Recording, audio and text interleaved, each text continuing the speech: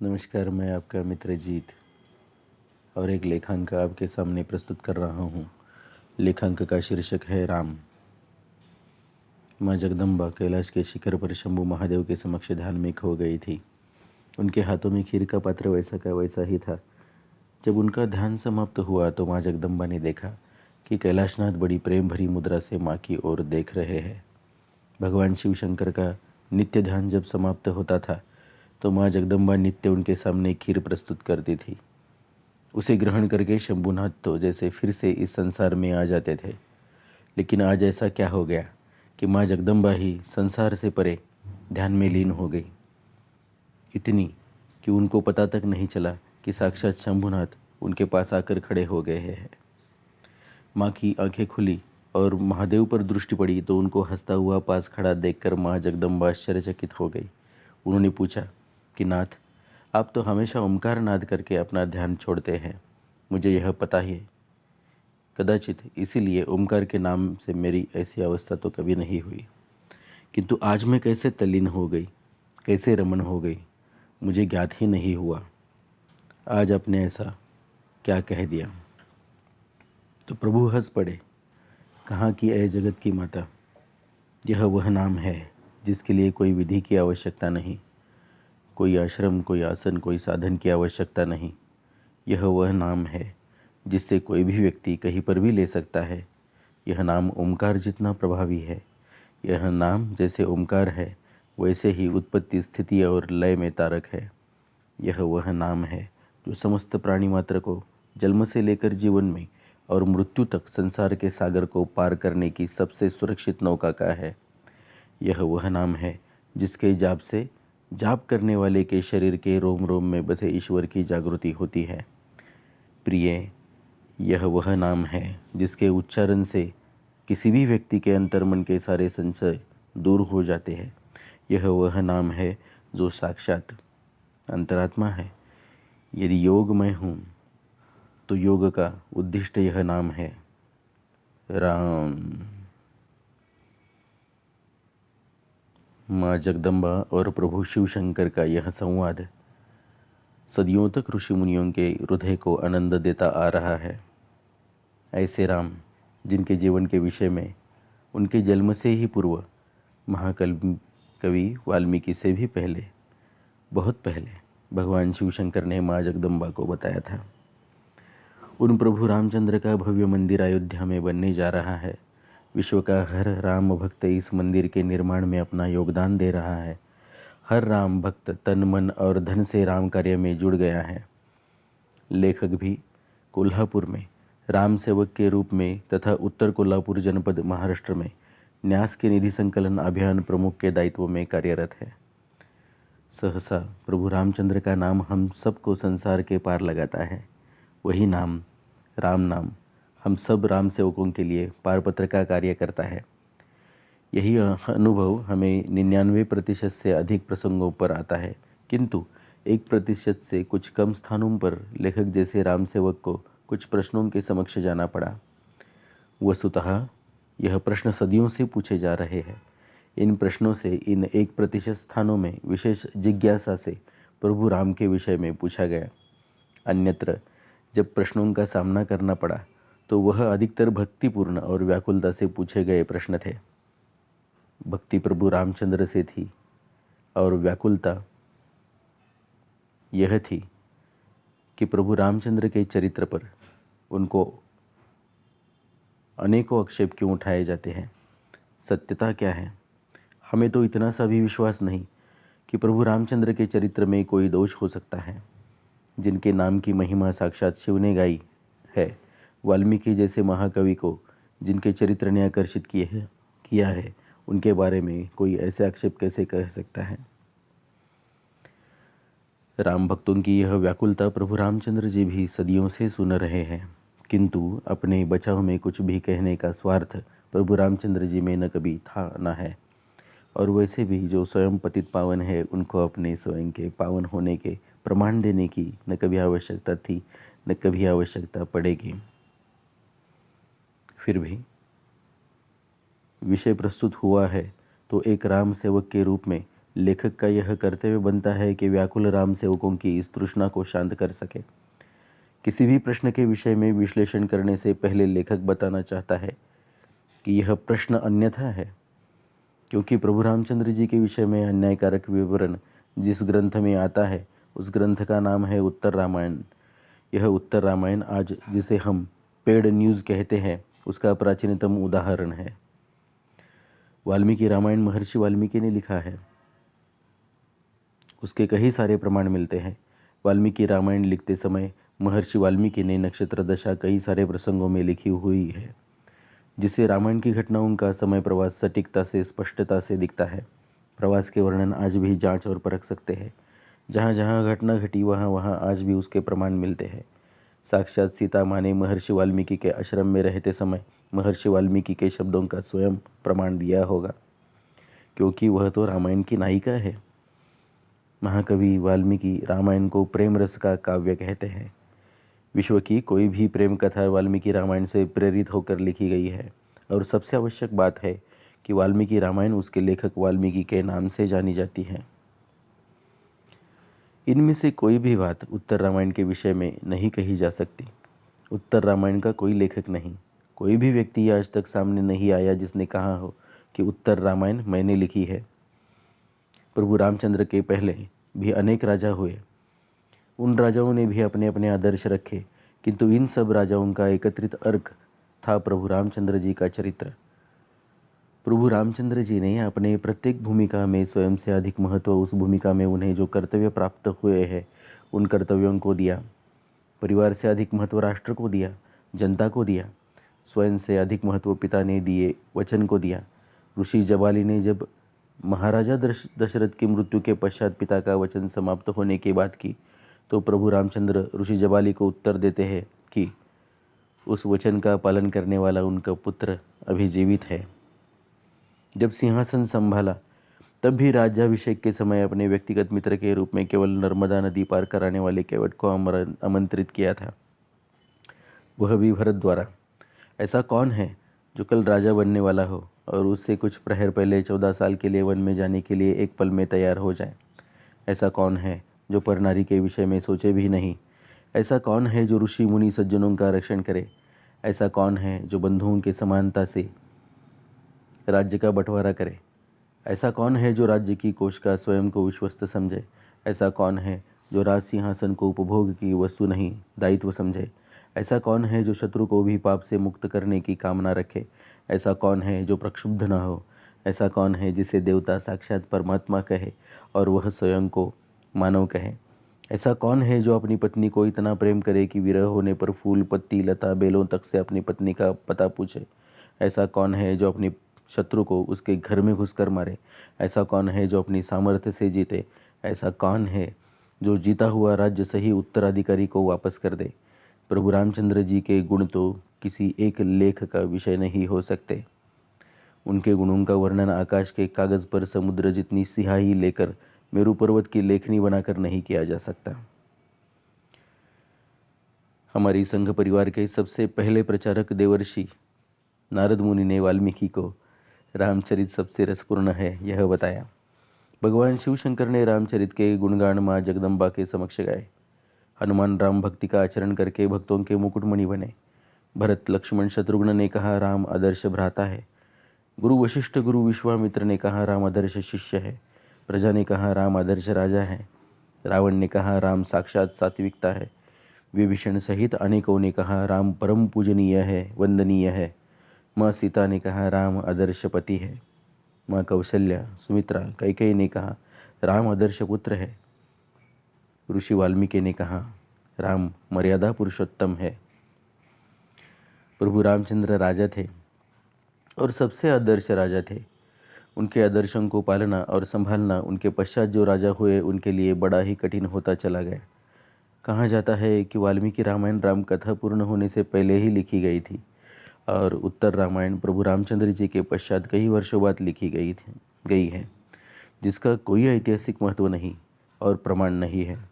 तो आप ही बताइए, अगर आप किसी के पदचिन्हों पर नहीं चल सकते और उनके विषय में लिखे गए ग्रंथों का खंडन नहीं कर सकते हैं, तो आपके पास एक ही समाधान बचता है। आप उत्तर रामायण जैसी कारस्तानी करके उस व्यक्ति के विषय में कुछ ऐसी बातें लिखो और समाज में प्रसारित करो जिससे उस व्यक्ति के आदर्शों का भी खंडन किया जा सके और उन आदर्शों को पालने के दायित्व से बचा जा सके। विश्व में ऐसे ही कई सारे उदाहरण हैं जिनमें ग्रंथों को ग्रंथों से कलुषित किया गया है। यह मानवीय समाज का स्वभाव है कि यहाँ पर कोई भी झूठी बात अगर बार बार कही जाए तो कुछ समय पश्चात सत्य लगने लगती है, चाहे उसका कोई प्रमाण हो या ना हो। वह लोगों के मन में संदेह निर्माण करने के लिए पर्याप्त है।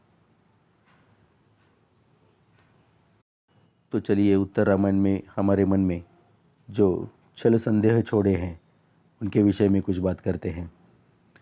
वाल्मीकि रामायण श्रावण की कथा से आरंभ होकर राज्याभिषेक तक समाप्त हो जाता है। यह स्पष्ट रूप से प्रभु रामचंद्र ने पुष्पक विमान को पुष्पक विमान के सही उत्तराधिकारी कुबेर के पास भेज देने का उल्लेख है। शूद्र को वेदों का अधिकार नहीं। शंभुक शूद्र थे, क्योंकि शंभुक ने वेद पढ़े तो उत्तर रामायण के अनुसार किसी ब्राह्मण का पुत्र अकाल मृत्यु को प्राप्त हो गया।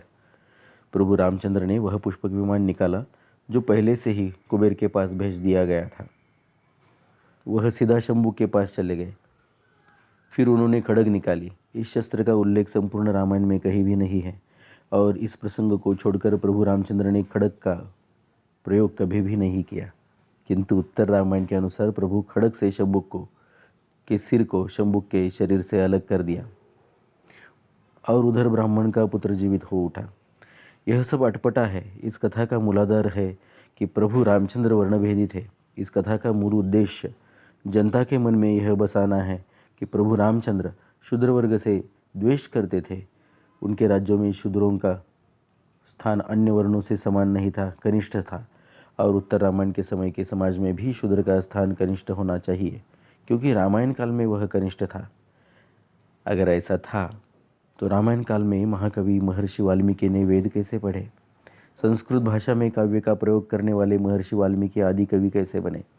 वशिष्ठ जो जन्म से ब्राह्मण नहीं, वह राघवों के कुलगुरु कैसे बने? प्रभु सुग्रीव, अंगद, हनुमान जामुन को गले क्यों और कैसे लगाते? शबरी के झूठे बेर क्यों खाते? केवट को मित्र क्यों बनाते? केवट को समव्यवसायी क्यों बताते? शंभुक की कथा स्पष्ट रूप से किया गया कारस्थान है।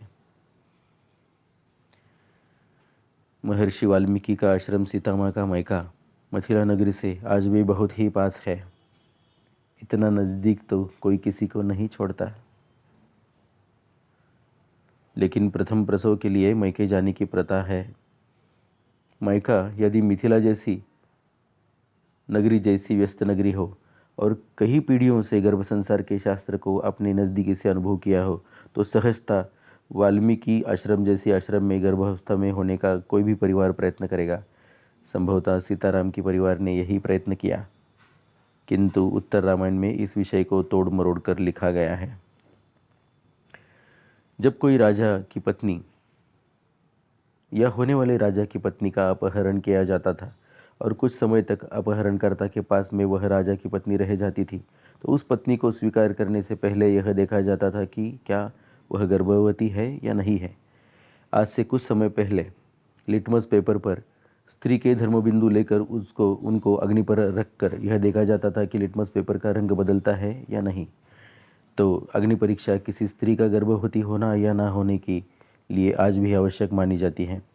यह बड़ी वैज्ञानिक बात है, किंतु अगर आपको इस विषय में लेकर स्त्री के विषय में होने वाला अन्याय दिख रहा है तो आप जनता का वह अधिकार जनता से छीन रहे हैं जिस अधिकार से जनता यह जान सकती है कि उनको उनकी होने वाली महारानी उन्हें जो उत्तराधिकारी देगी वह उत्तराधिकारी उनके राजा से प्राप्त हुआ है या नहीं।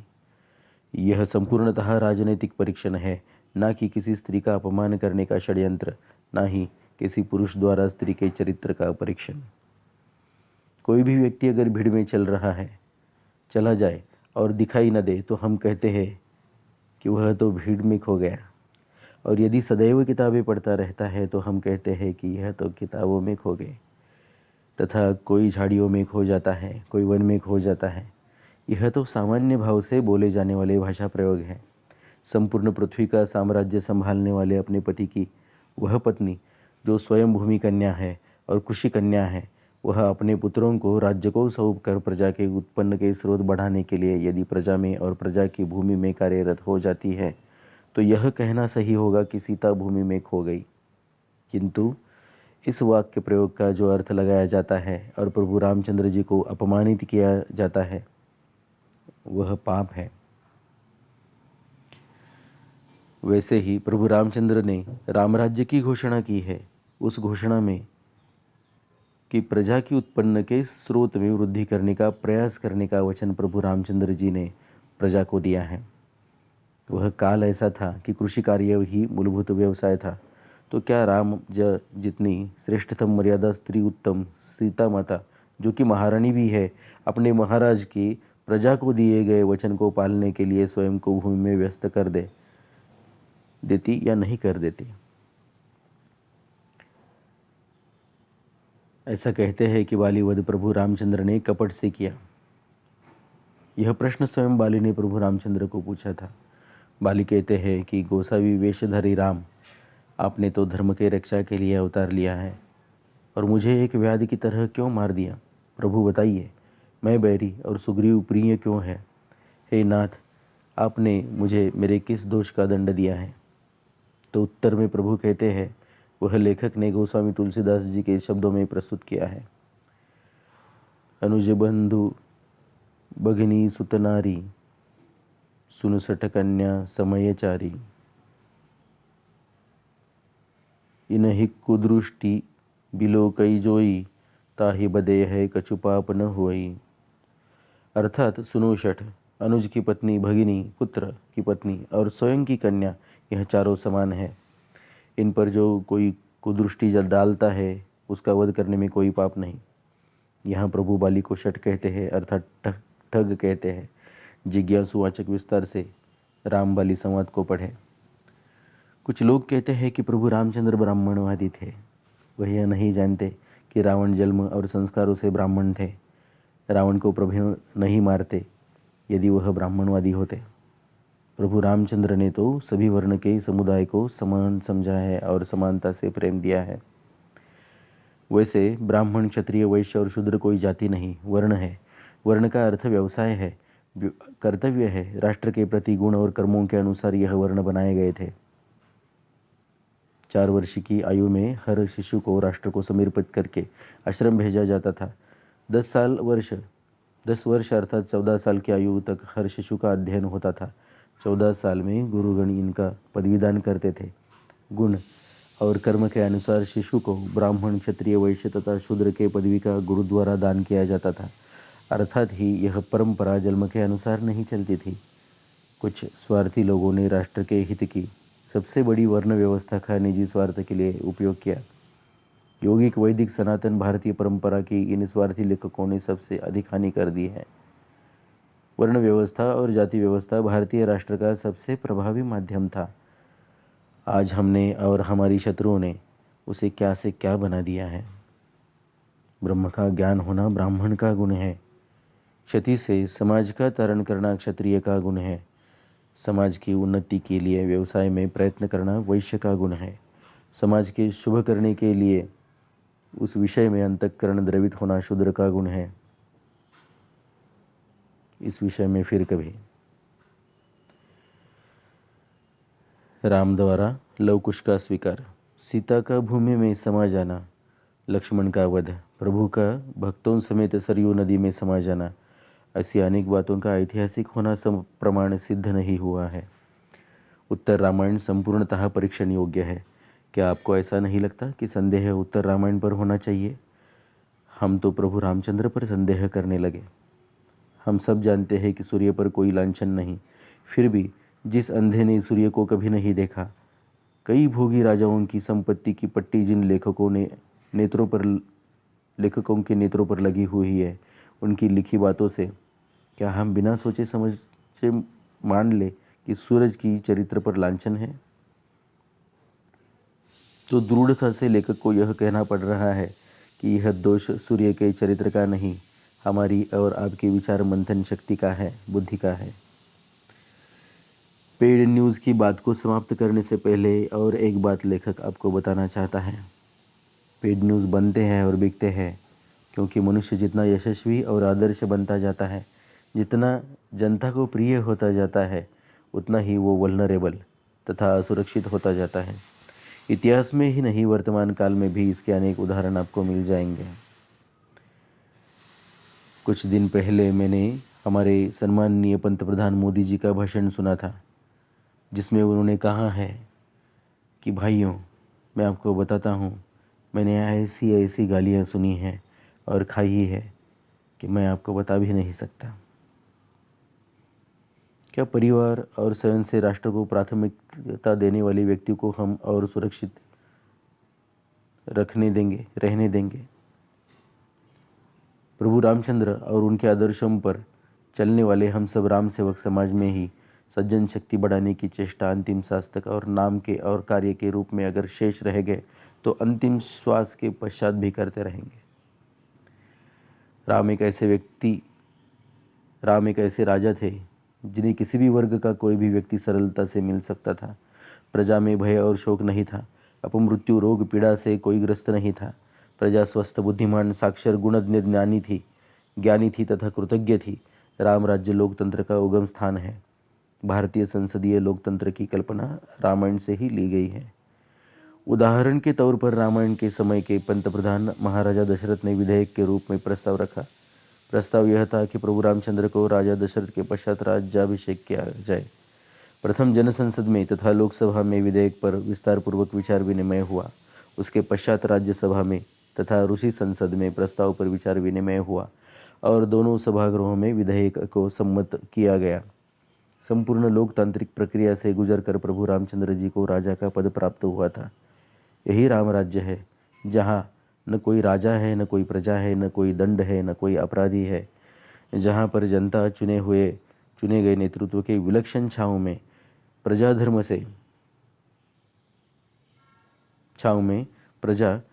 से परस्पर संबंधों की रक्षा करती है। यही राम राज्य प्रभु रामचंद्र ने स्थापित किया। इसी आदर्श राम राज्य को भगवान श्री कृष्ण ने धर्म संस्थापना का नाम दिया। राजा शिव छत्रपति ने इसी राम राज्य को हिंदवी स्वराज्य कहा। छत्रपति शाहूजी महाराज ने इसी को बहुजन समाज का राज्य कहा। भारत की घटनाकारों ने इसी को लोकतंत्र कहा। लोकतंत्र ही राम राज्य है। लोकतंत्र हिंदुत्व के गर्भ से निकला है। प्राचीन काल से भारत के हर स्वतंत्र नागरिक के स्वतंत्रता का मूर्त स्वरूप स्वयं प्रभु रामचंद्र है। प्रभु रामचंद्र का मंदिर लोकतंत्र का मंदिर है। प्रभु रामचंद्र का मंदिर हिंदुत्व का मंदिर है। प्रभु रामचंद्र का मंदिर विश्व कल्याण का मंदिर है। प्रभु रामचंद्र का मंदिर सज्जन शक्ति का मंदिर है। प्रभु रामचंद्र जी का मंदिर बनने जा रहा है तो क्या लाभ? इस प्रश्न का उत्तर तो लेखक ने अपने स्मित से दे दिया था, किंतु उपस्थित व्यक्ति को स्मित का अर्थ समझ में नहीं आया तो कुछ प्रश्न लेखक ने भी पूछे। लेखक: क्या आप अपने स्वयं के घर में रहते हैं? व्यक्ति: हाँ। लेखक: क्या यह घर आपकी पुरखों ने आपको विरासत में दिया है? व्यक्ति: हाँ। लेखक: किसी अतिथि को अपने घर में रहने को स्थान दिया और उसने आपके घर को उसके घर में परिवर्तित करके आपको आपके घर से निकाल दिया, तो आप अपने घर को वापस लेने का प्रयास करोगे या नहीं करोगे? व्यक्ति: अवश्य करूँगा, जी जान से करूँगा।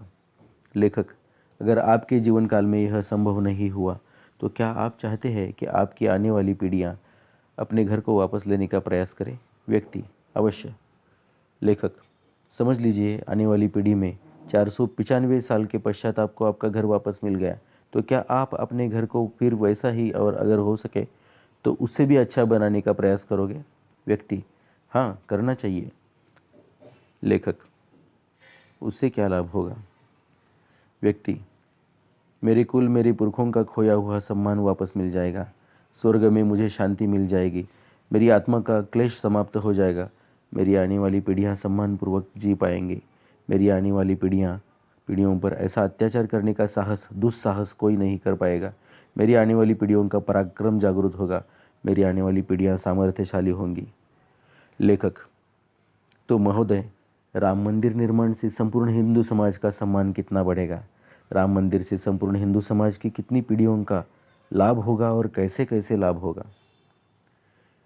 व्यक्ति: मैं समझ गया, राम मंदिर के लिए मेरा तन मन धन समर्पित है। राम मंदिर का निर्माण केवल राम मंदिर का निर्माण नहीं, राष्ट्र का निर्माण है।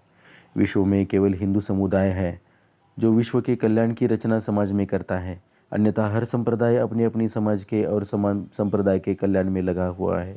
हर संप्रदाय ने अपने अपने बिजनेस मॉड्यूल शतकों से चलाए हुए हैं। कई संप्रदाय राजनीतिक है और कई संप्रदाय तो आपराधिक संगठन है, उनके विषय में क्या कहना। किंतु हिंदुत्व एक ऐसी जीवन प्रणाली है जिसे अपनाने में ही विश्व का कल्याण है। कोई अगर पूछे कि हिंदुत्व होता क्या है, तो उसके विषय में कई सारी ग्रंथ और पुस्तक है जिनको एक ही जीवन काल में पढ़ना और समझना संभव ही नहीं है।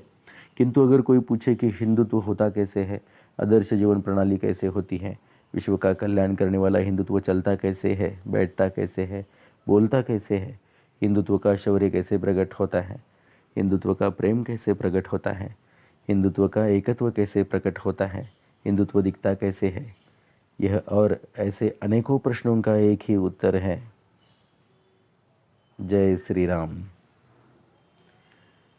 क्या आपको लगता नहीं, विश्व के कल्याण हेतु शतकों से कार्यरत एकमात्र हिंदू समुदाय को प्रगति पथ पर और अग्रसर होना चाहिए? यदि हाँ, तो चलो हिंदुत्व की जीवित प्रतिमा प्रभु श्री रामचंद्र के सेवक बन जाएं। चलो राम कार्य में अपना योगदान दें। राम मंदिर को राष्ट्र मंदिर बनाएं, राष्ट्र मंदिर को विश्व मंदिर बनाएं, सज्जन शक्ति का बल बढ़ाएं। जय श्री राम। बहुत बहुत धन्यवाद।